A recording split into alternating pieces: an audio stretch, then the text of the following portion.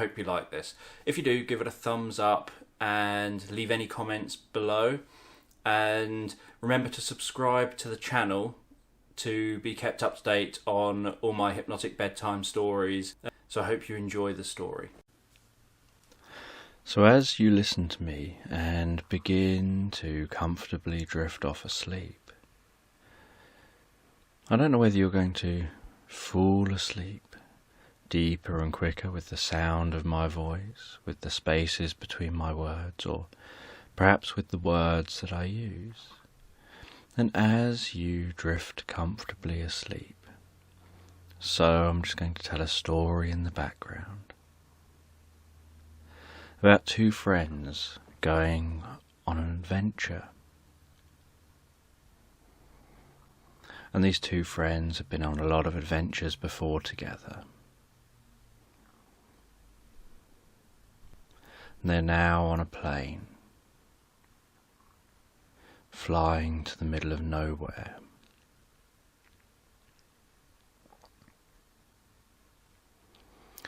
And the plane isn't a very big plane. And they've got the headsets on and they're talking to each other through headsets. And they're on this plane as it's flying.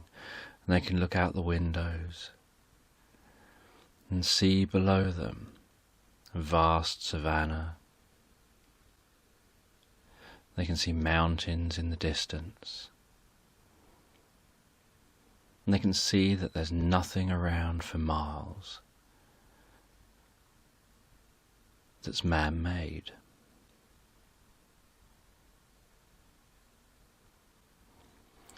And after some time flying, while feeling excited about this adventure they're going on together, they see a mud runway, pretty much a landing strip, that someone has just swept away the mud and cleared an area of mud to make it a little bit smoother than the surroundings. And it has some sticks just marking it out on the ground.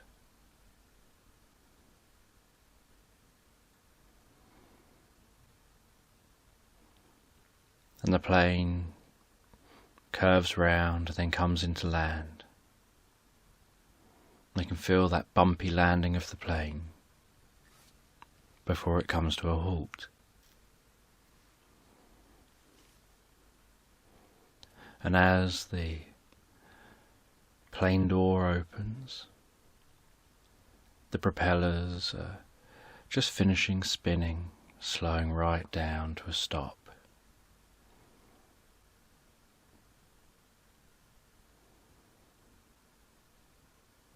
They walk down some steps out of the plane, feeling the heat of the air in this area.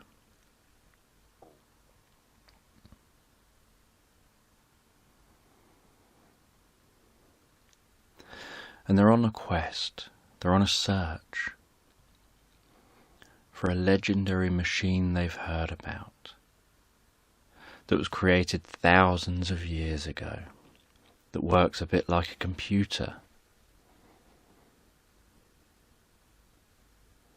And they've heard about it but never seen it.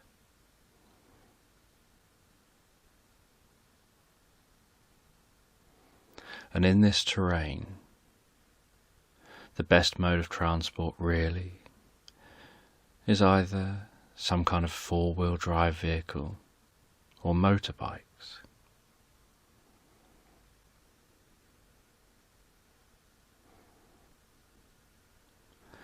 But they've decided to opt for a small minibus, which isn't the most practical vehicle, but it allows them to take a bit more equipment. It allows them to have somewhere they can sleep comfortably, rather than having to pitch up tents in this wild area. Something that they can turn air conditioning on in this heat.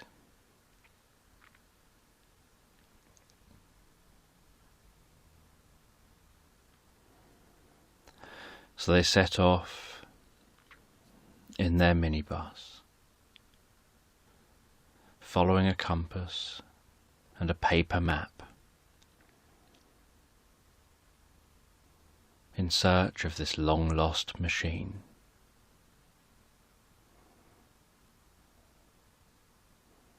And the minibus bounces and jiggles them around,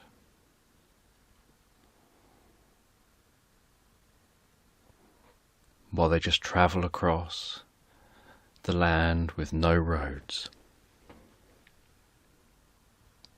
And they're heading towards the mountain range.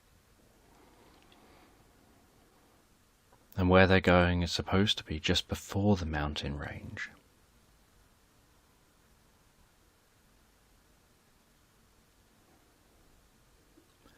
And off in the distance they can see different animals. Up in the sky they can see bird of prey circling.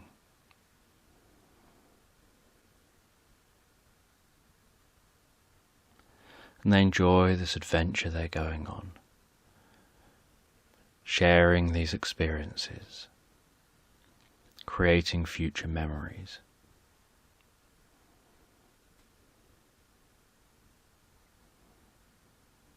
And after a long drive and a very numb bottom,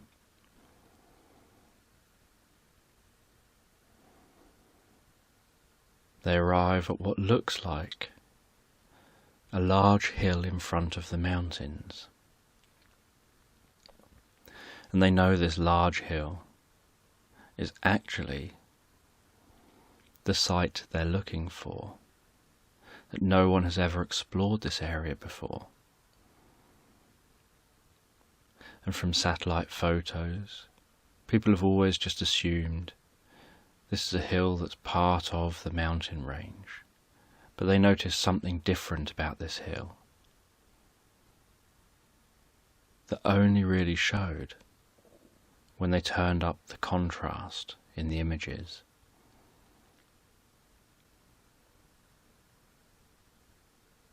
And looked at the images in black and white. There was something about the shapes that were created that let them know this was a man-made structure. And that although it appears to have been covered over, it looks like it was a man-made structure that was covered over with dirt to hide the structure. But they suspect this is a long-lost pyramid, and that all they have to do is find a way inside, and they'll discover what they're looking for.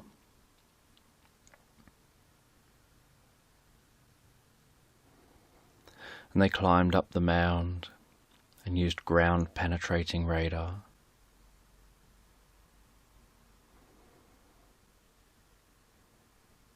to establish that there were hollows inside this hill.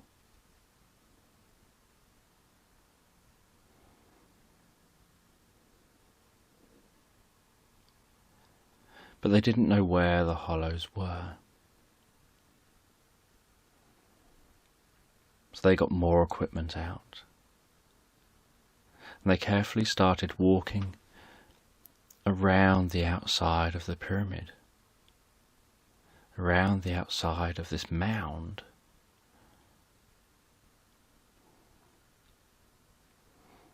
With infrared sensors, trying to pick up differences in temperature. And they found this hard to do while it was daytime. So they decided to leave it until night time.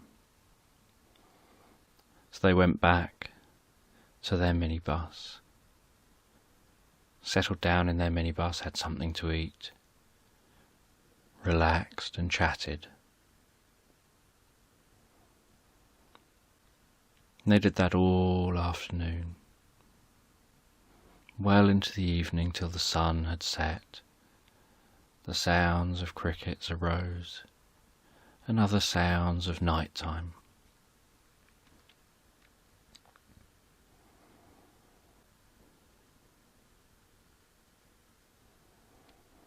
They then went back outside, where the darkness was inky thick.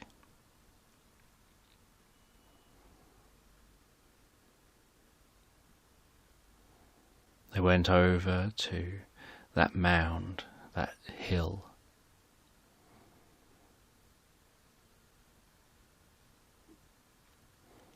And they pointed the infrared cameras at the hill and started walking around it, looking for different temperature changes.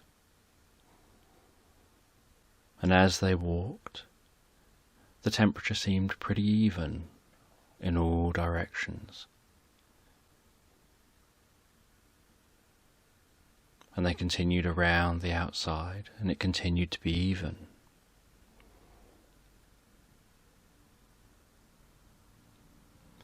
And then they reached a point where they just saw a slightly different colour, a darker spot, just slightly darker.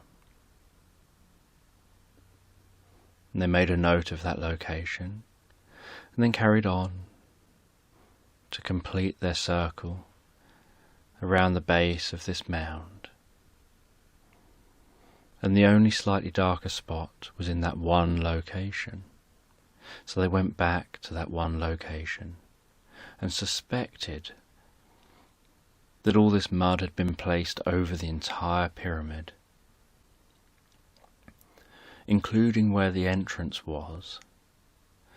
But behind the entrance is probably a bit of a tunnel.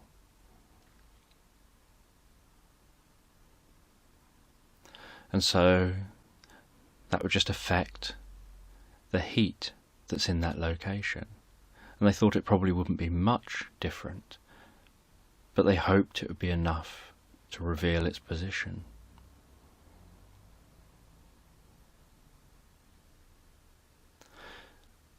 So they got some shovels and they started digging their way into where that heat source was.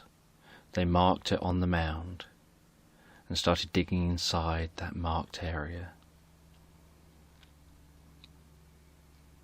And as they dug,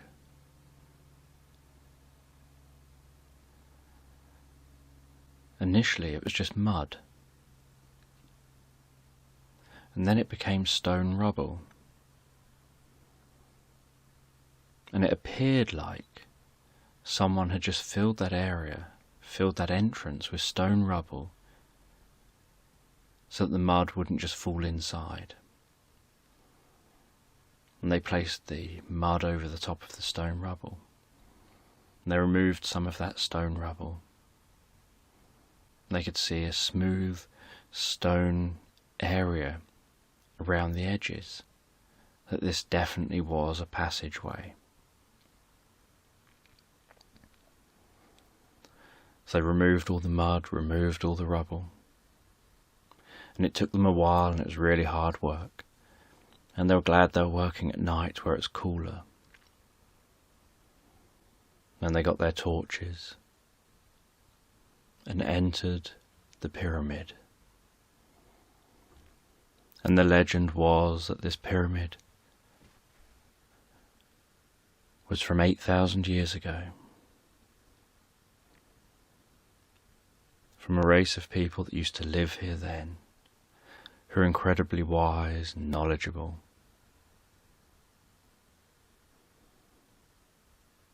who developed technologies way ahead of their time, that appeared like magic to others, but that they had to do all this with just the resources they had on hand. They didn't have metals, and especially not in the quantities needed to do what they would like to have done.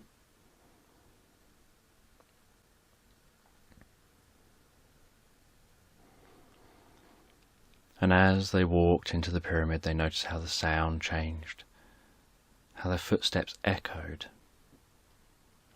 how the air pressure seemed to change and the temperature seemed to change.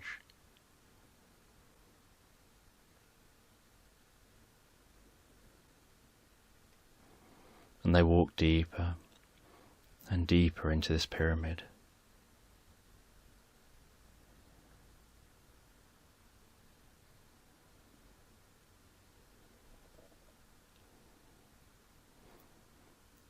And after some time of walking, suddenly something glistened off of their torchlight.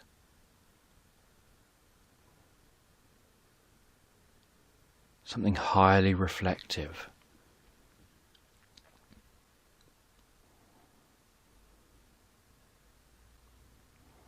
And they realised they'd come out in a chamber. And the beams of their torches, they couldn't quite see what was in this chamber. It was so large, they couldn't really get an idea of the whole thing.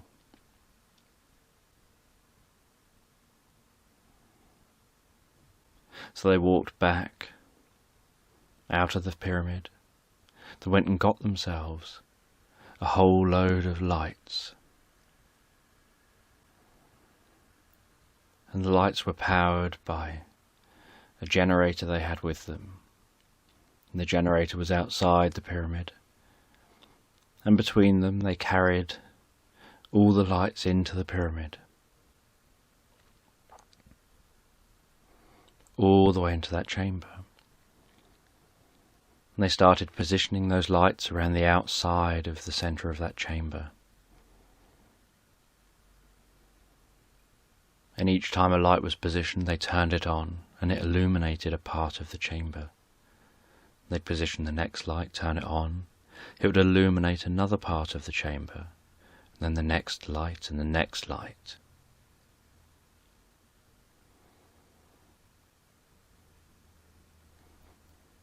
And once they had the whole chamber lit, they noticed something incredible.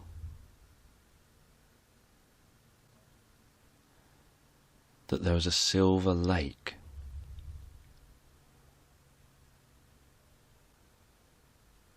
That was huge in this chamber. With a small island in the middle.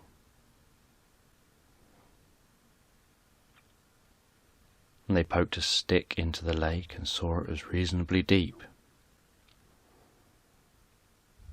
And by the way it moved, they realised this was a lake of mercury. Somehow these ancient people had got this huge quantity of mercury here.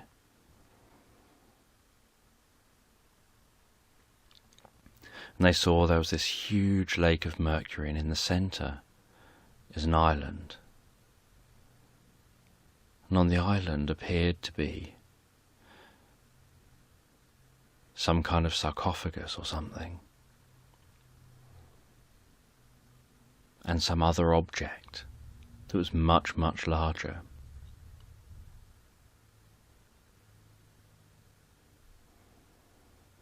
And they had to figure out how to get across the Mercury Lake.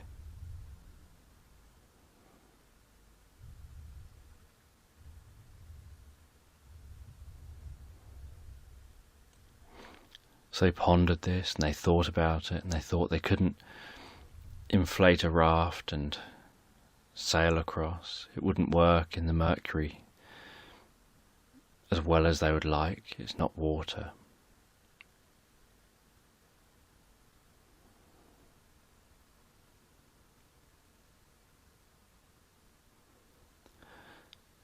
So they decided they would use planks. They had some planks on top of their minibus. So they went and got the planks, tied the planks together, and tried to create a bridge out of planks that would stretch across to the middle.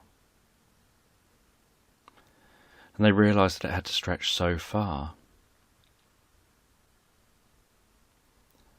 that they felt that by the time they were between either end, their weight would probably snap the planks.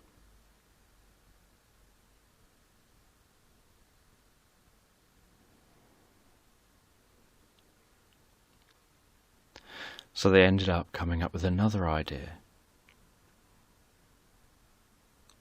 They decided to use the planks and some rope.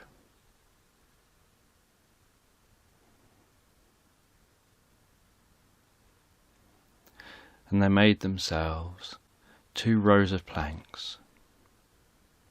It meant that it was narrower because they couldn't use planks to get the width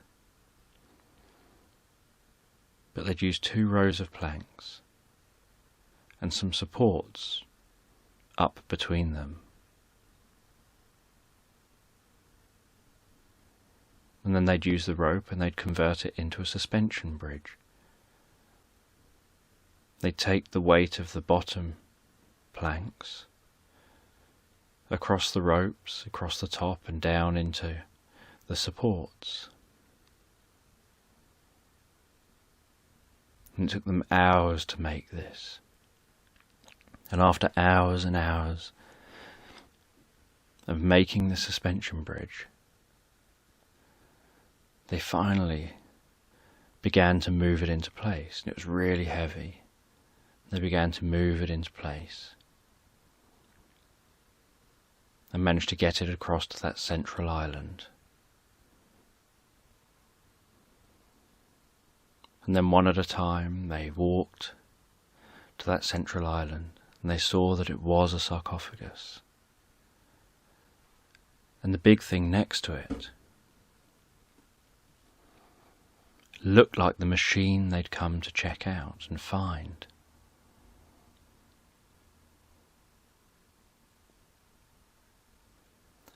And they moved a piece of stone on the machine, and suddenly more stone started moving,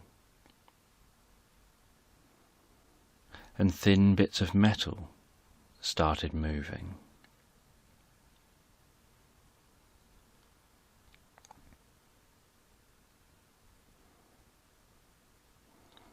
And it appeared to be made with thousands of incredibly thin metal cogs.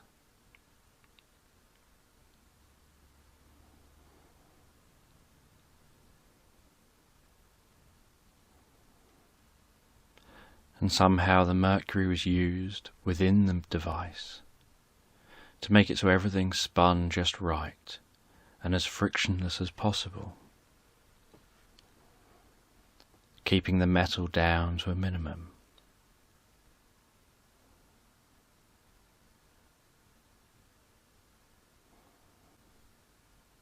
And while they looked at it, they saw different images drawn on it.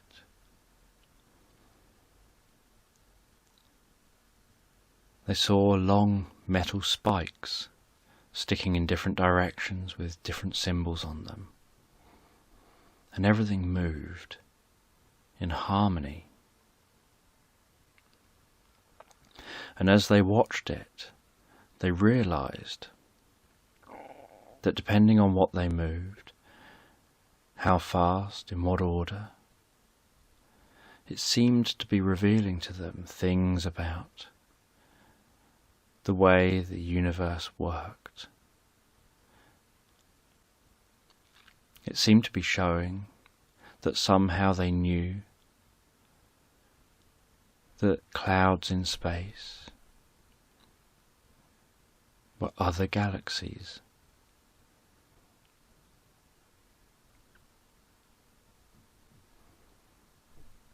One thing that was moving resembled a telescope.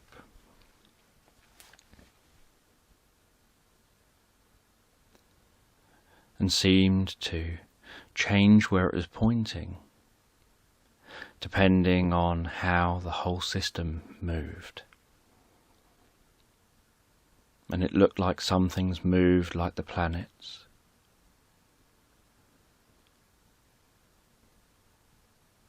Some things appeared to be the stars.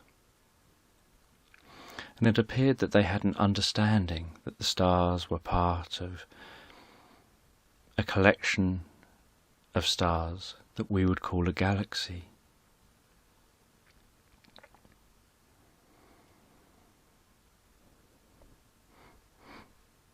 And it seemed to be like a giant electronic telescope, that you could set it to what you wanted to see in the sky and the whole telescope would shift and it would show you on the device what it is that you'll be looking at if you look through the telescope.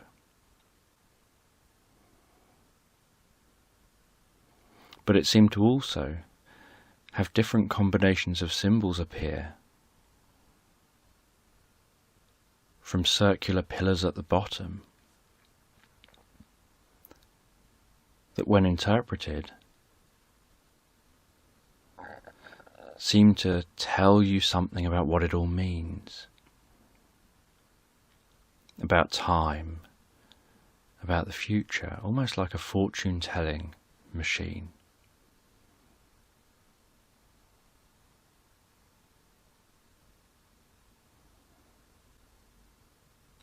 His friends realised that perhaps this was all buried and kept hidden because it was felt by the ancient races.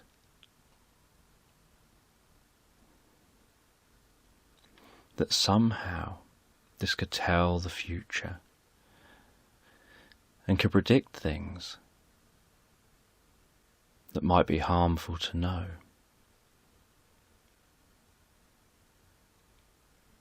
And they had no way of removing this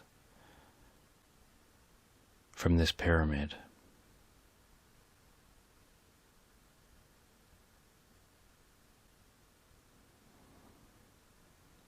And they realised that at some point a part of the roof of this pyramid used to slide open.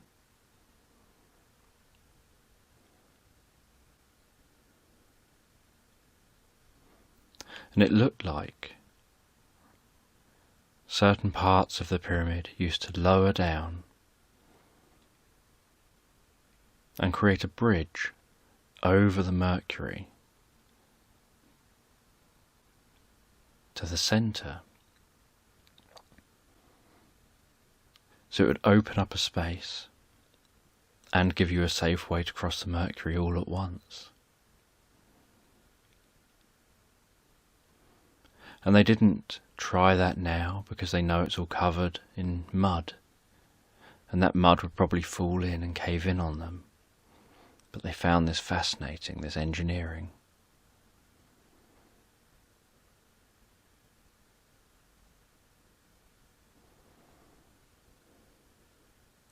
And after they recorded everything they needed to record about this, and learned what they could about how it was made, how it worked, what all the different symbols said, and took as many notes as they could, knowing they could probably then rebuild it in the future in modern materials, but also knowing they can come back and re-examine this now they know what it is and where it is. They left the pyramid. They sealed up the entrance again. They spent the rest of the night just camping in their van, in their minibus.